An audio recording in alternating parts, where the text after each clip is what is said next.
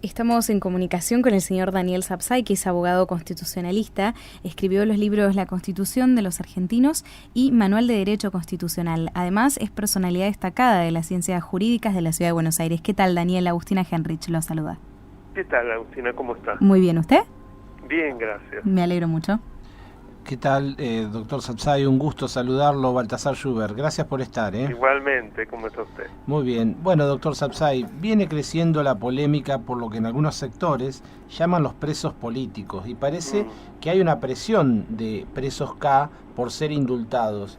¿Usted cree que Alberto Fernández finalmente lo va a hacer? Me refiero al indulto. Mire, yo espero que no, porque no recuerdo antecedentes en la Argentina que se haya indultado a alguien por estar procesado por delitos vinculados con la corrupción o condenado en algunos casos. En primer lugar, solo se puede indultar a condenados, ¿no? Eso es importante tener en cuenta. Pero hay varios que están condenados, pienso en el caso de Vudú, pienso en el caso de Devido, pienso en el caso de Delía y algunos más. Pero no se trata de cuestiones vinculadas con un accionar político o con el pensamiento político de una persona que es molesto a la autoridad. Se trata de delitos de corrupción que han sido objeto de proceso y que han sido condenados por jueces competentes. Entonces, no creo, y además no hay antecedentes, que el presidente indulte a esas cuestiones. Pero además él dijo claramente que consideraba que no había presos políticos, que lo que había eran detenciones arbitrarias y que en esos casos los jueces debían revisarlas. Así que bueno, lo que él dice se encuadra absolutamente en lo que es el Estado de Derecho, ¿no? Hablando de Alberto Fernández, en su primer discurso como presidente él enlistó una serie de cambios en el sistema judicial. ¿Cuál fue su sensación al escuchar sus propuestas y en realidad cuánto cree que se podrá llevar a cabo de todo eso finalmente? Mire, en realidad yo no recuerdo que haya formulado propuestas concretas. Siempre se dijo que se iba a presentar y también se había dicho que se iba a tratar ahora en el mes de febrero en extraordinarias. Me di cuenta que no va a suceder. Me imagino que deben haber muchas divergencias. Hablar de las distintas versiones sobre qué se reformaría, la verdad que es hablar en el aire, porque todavía no hay ningún anteproyecto, por lo menos que se haya dado publicidad. Bien, doctor, ¿cree que este proyecto de reforma judicial... Si me da un poquito, si me da un poquito más de retorno porque me cuesta oírlos.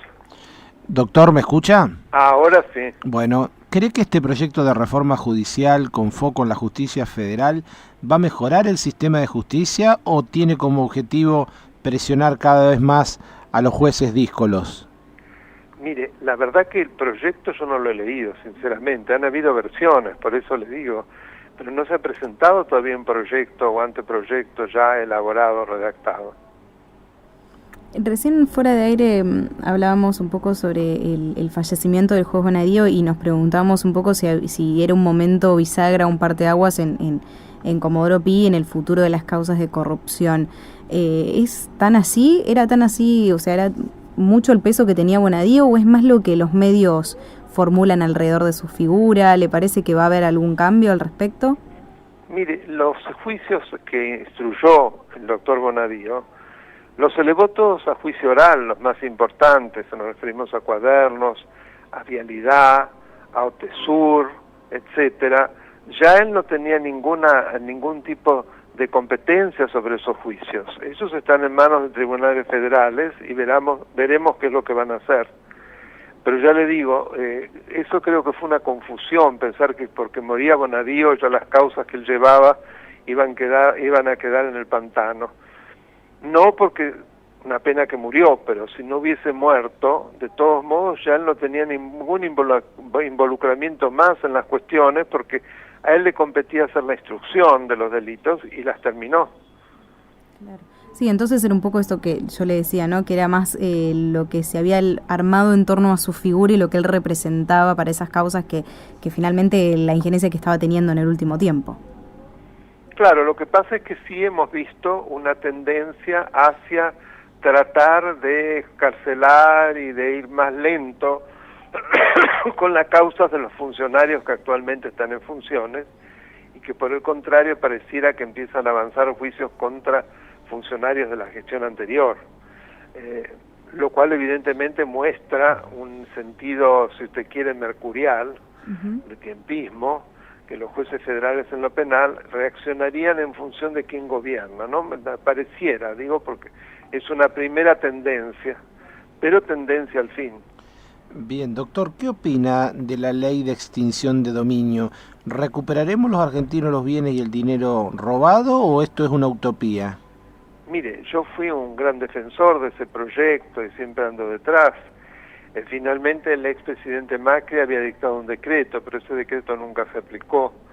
Y no tengo muchas esperanzas de que se sancione porque precisamente fue el peronismo el que se opuso. Así que estándolo en el gobierno, dudo que haya algún proyecto que apruebe la extensión de dominio. En estos días, algo que hablamos también, que en estos días hubo bastante revuelo por el proyecto que pretende modificar las jubilaciones llamadas de privilegio de los funcionarios del Poder Judicial y del Servicio Exterior.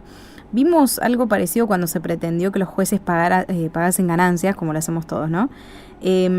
Racondo salió al cruce, dijo que los llamaban de privilegio, pero que en realidad son protecciones que garantizan una justicia independiente. Bueno, a mí esas cosas me ponen un poco loca.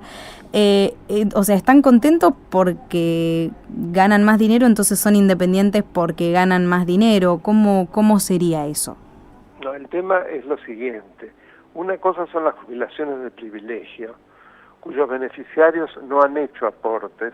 Me refiero a expresidentes, entre otros casos, y una cosa diferente son algunos funcionarios que tienen regímenes especiales, que pueden ser criticables y objetos de modificaciones, yo no digo que no, pero no pueden ser englobados dentro de los sistemas de privilegios, porque por ejemplo los jueces, muchos han aportado por décadas, entonces esos aportes necesariamente tienen que revertirse en jubilaciones que sean proporcionales, porque es el sistema así para todos.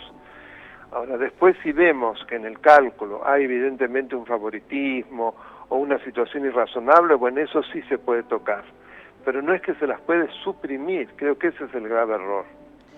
Doctor, frente a esta pregunta que le hace Agustina y su respuesta, esta cuestión por la cual los jueces finalmente no pagan ganancias, ¿qué opinión tiene usted sobre esa cuestión? No, yo siempre pensé que era una barbaridad que los jueces no pagaran el impuesto a las ganancias con el pretexto de que eso les limitaría la independencia en el ejercicio de sus funciones.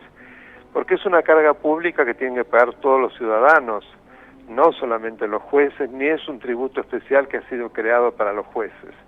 Por lo tanto, no veo ningún tipo de impedimento para que así se haga.